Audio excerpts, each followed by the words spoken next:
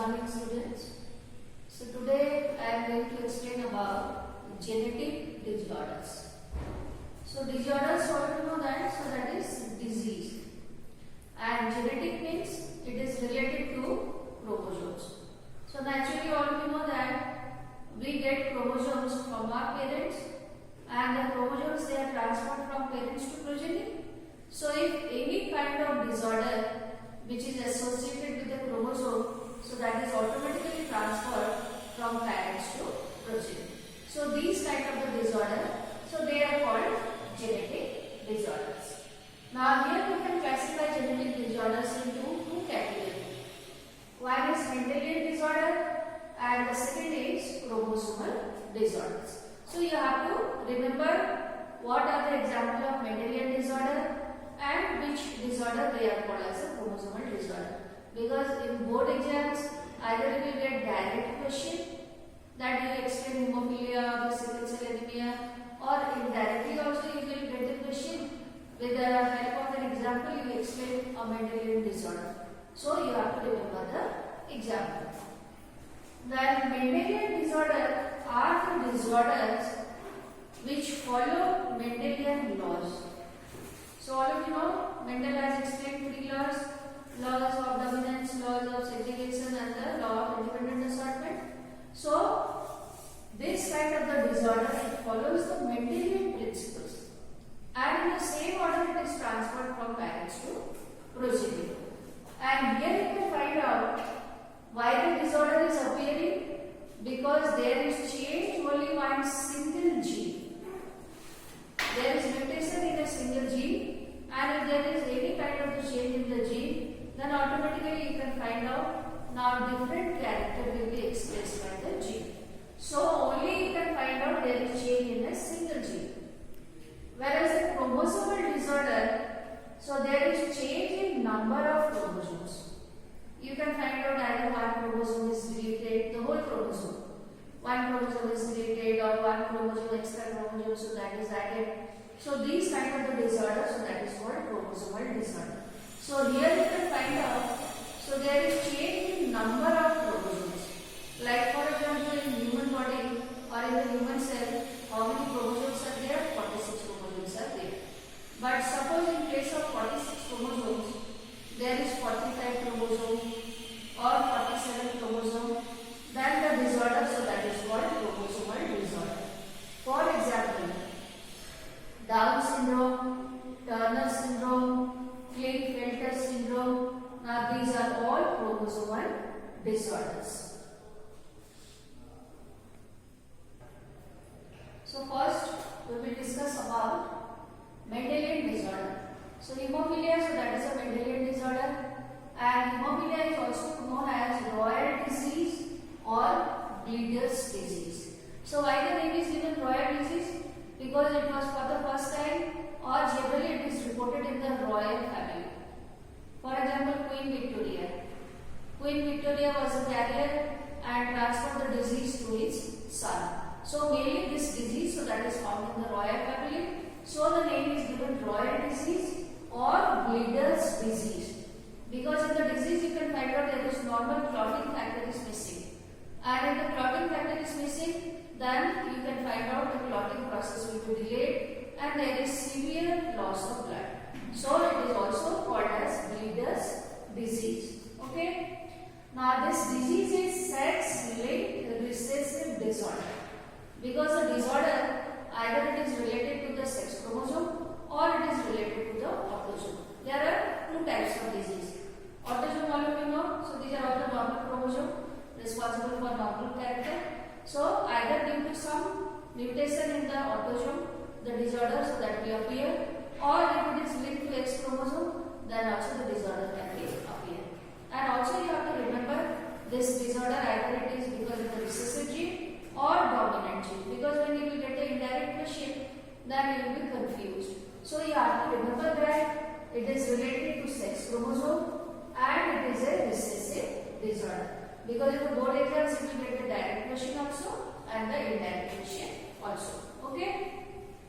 So by a single minor cut, the patient will continue to bleed and Which factor is missing? Because the clotting procedure, so that is a long procedure. You can find out there are 8 to 9 steps are there, and there are many clotting factors are there. So here you can find out in this kind of the disorder, the clotting factor 8 or 9 is missing. If the 8 is missing, then this is called hemophilia A, and if the 9 is missing, then this is called hemophilia B.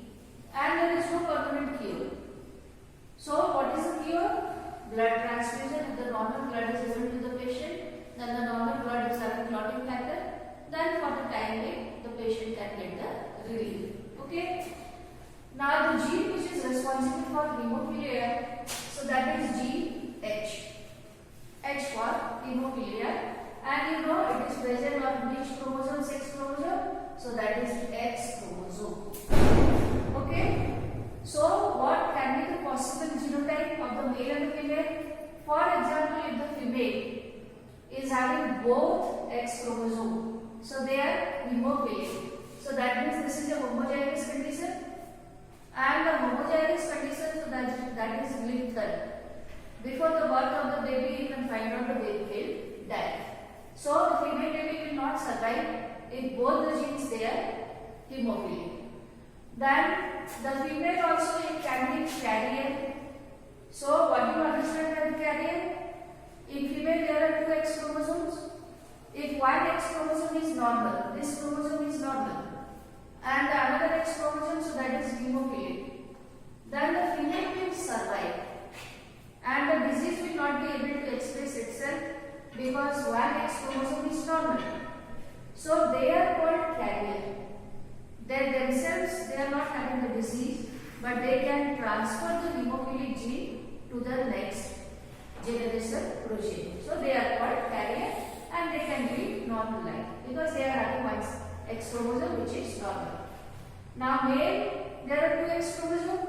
One is a X, another is a Y chromosome. So Y is not related to the disease. For example, if the male is having the X chromosome which is hemophilic, then this single X chromosome will also be able to express itself, and the male will be diseased. So it is said that the female carrier may transfer the disease to male, and in case of the male, one single X chromosome which is hemophilic will be able to express the disease. So now I will explain more this hemophilia with the help of the pedigree. So this is Punnett square. You know, while explaining the Mendel's law also, I have explained how to take the Punnett square. For example, female is carrier. And what is the genotype? If a female is carrier, then the genotype will be one will be the normal X chromosome and the another X chromosome, so that is hemophilic. Suppose the carrier female married to a normal man. So the normal man, what is the sex chromosome? X and Y. So here 2 different type of gametes will be produced. 50% of the gametes are having normal X chromosome, and the remaining 50% they are having hemophilic X chromosome. Now in case of the male also, 50% of the gamete they are having X chromosome, and 50% of the gamete they are having Y chromosome. So in the male the X chromosome, so that is normal chromosome. Now if you get the Punnett square, you write down X, X, H. These two you write down X and Y. Now cross multiplication.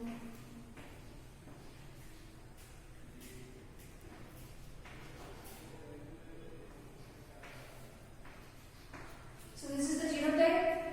Now you write down the phenotype also. These 2 chromosomes are normal, so this female is normal. Now here one X chromosome is hemophilic, so this is a carrier female.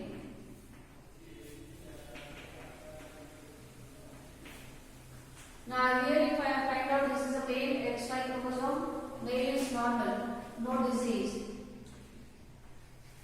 And here you see the male is having one X chromosome which is hemophilic, so male is diseased. Alright, so you can find out like this, you can make the genotype and the phenotype, and you can know what is the percentage of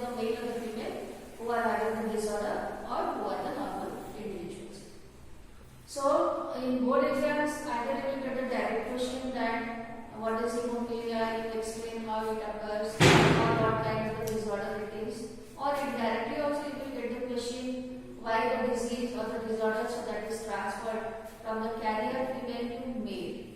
Okay. So like this, either direct question you will get or the indirect question you will get.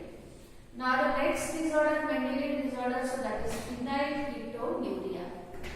Phenylketonuria, so that is an inborn error, because all these genetic disorders, so they are by birth. Generally, but maybe by birth or may occur also after some times also. So this kind of a disorder, so that is by birth. And it is a metabolic disorder. The disorder which is associated with the metabolism. Okay? And it is an autosomal disorder. Which autosome? That is chromosome number 12. So what is happening in case of the phenylketonuria? The individuals, they lack enzyme phenylalanine hydroxylase. Because in the autosome you can find out there are some changes are there, some mutation has taken place. So you can find out these individuals, they are not producing the enzyme, and the name of the enzyme is phenylalanine hydroxylase. Then if the enzyme is not produced, then the phenylalanine, so that is a biochemical compound that will not be converted into tyrosine. And if it is not able to convert into tyrosine, then the phenylalanine will accumulate in brain. And you can find out there is the impairment of the brain, or you can find out there is a retardation of the brain development. So the affected babies, they are normal at birth. At the time of the birth, when they are taking birth, then they are the normal babies. But after few weeks, you can find out. So now the disorder will start appearing, and there is rise of phenylalanine in blood plasma. So it is a very rare disease, and it is found only 1 in 80,000 birth among the white Europeans. This kind of disorder, so that is seen in the European. And the number is also very less. You can find out of 80,000 babies, only one baby is affected with the disorder. So this is phenylketonuria. The next disorder, so that is sickle cell anemia. So here you have to remember, this is a autosomal disorder and recessive disorder. I told you the genes can be either dominant or recessive. So here the disorder, so that is because of the recessive gene, and the gene, so that is located on autosome. Which autosome? So that is chromosome number 11.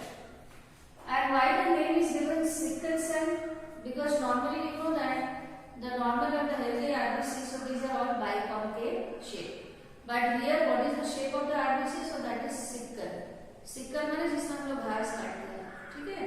तो यहाँ RBC का shape कैसे हो जा रहा है? Sickle shape हो जा रहा है. इसलिए इस बीमारी का नाम क्या है? Sickle cell anaemia. Anaemia means loss of blood, and it is caused by abnormal hemoglobin S. Hemoglobin, all of you know that, so that is the red pigment.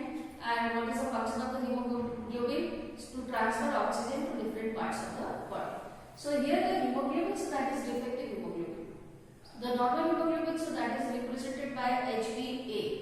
And here the sickle cell hemoglobin, so that is HbS. Okay? So in the normal hemoglobin, because the hemoglobin, so that is a protein molecules, and you know that protein, so that is made up of amino acids. So if you write down the normal chain of the hemoglobin, then in the 6th position you can find out the amino acid which is present, so that is glutamic acid.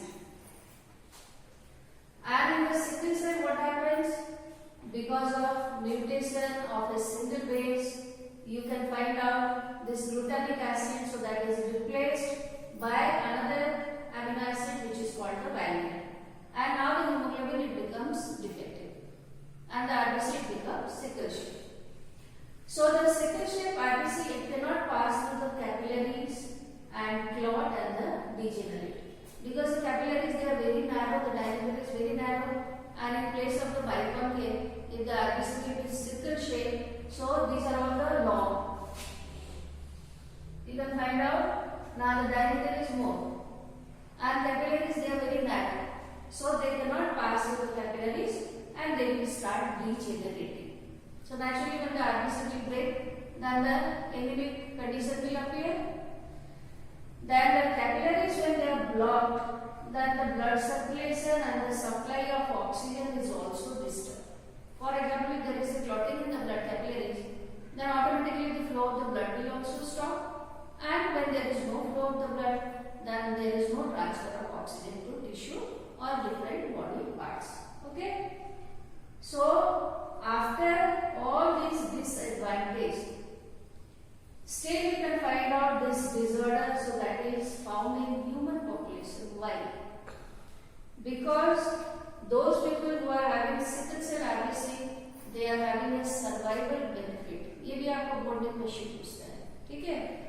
Malaria disease cannot occur to people who are having sickle cell RBC because the malaria parasite cannot penetrate the RBC membrane if it is sickle cell.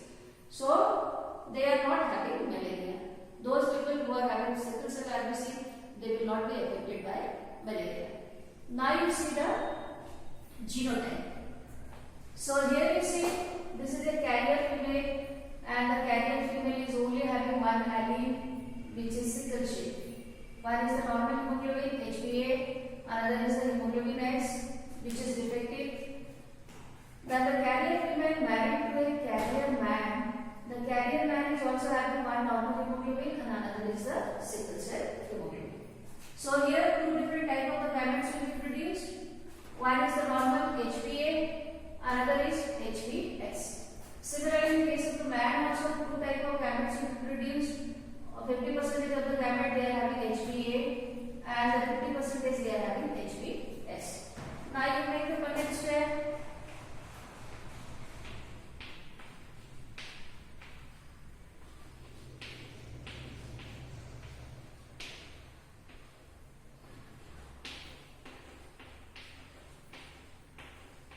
So this is normal.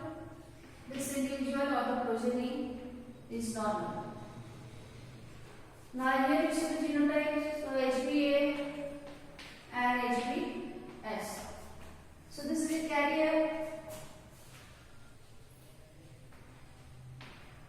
Now this genotype you see, this is HbA and HbS, again it is a carrier.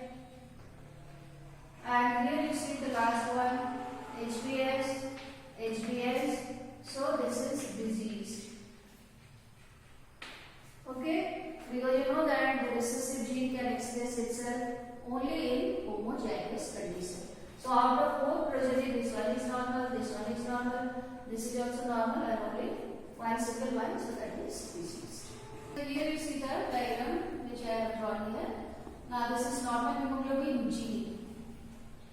The gene which is responsible in the formation of hemoglobin. And this is the gene for producing the sickle cell RBC. This is producing the normal RBC and this is producing the sickle cell RBC. Now you know that DNA is having double strand, and in between these two DNA, nitrogenous bases are there. There are four types of nitrogenous bases: adenine, guanine, cytosine, and thymine. And the base pairing, so that is also taking place in a specific way.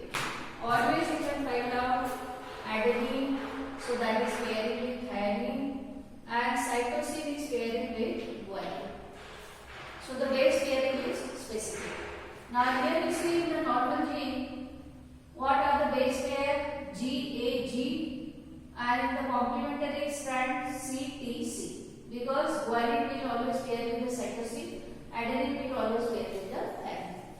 And at the time of the formation of the protein, from the DNA, there is formation of a RNA molecules. And in RNA molecule, there is no thymine. In case of the thymine, there is the uracil is present. So the complementary base will be C complementary to G, T complementary to A, C complementary to G. So this codon will be produced on messenger RNA. And here in the sixth position you see the glutamic acid, not gluten. Okay? But when there is change, now the A is replaced by T. Because of mutation, A, so that is replaced by thymine. So now you see the complementary bases will be CAC, and on messenger RNA the codon will be GU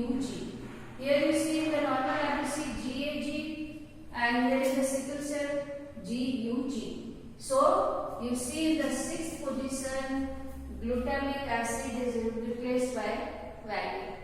So now the address becomes sickle cell.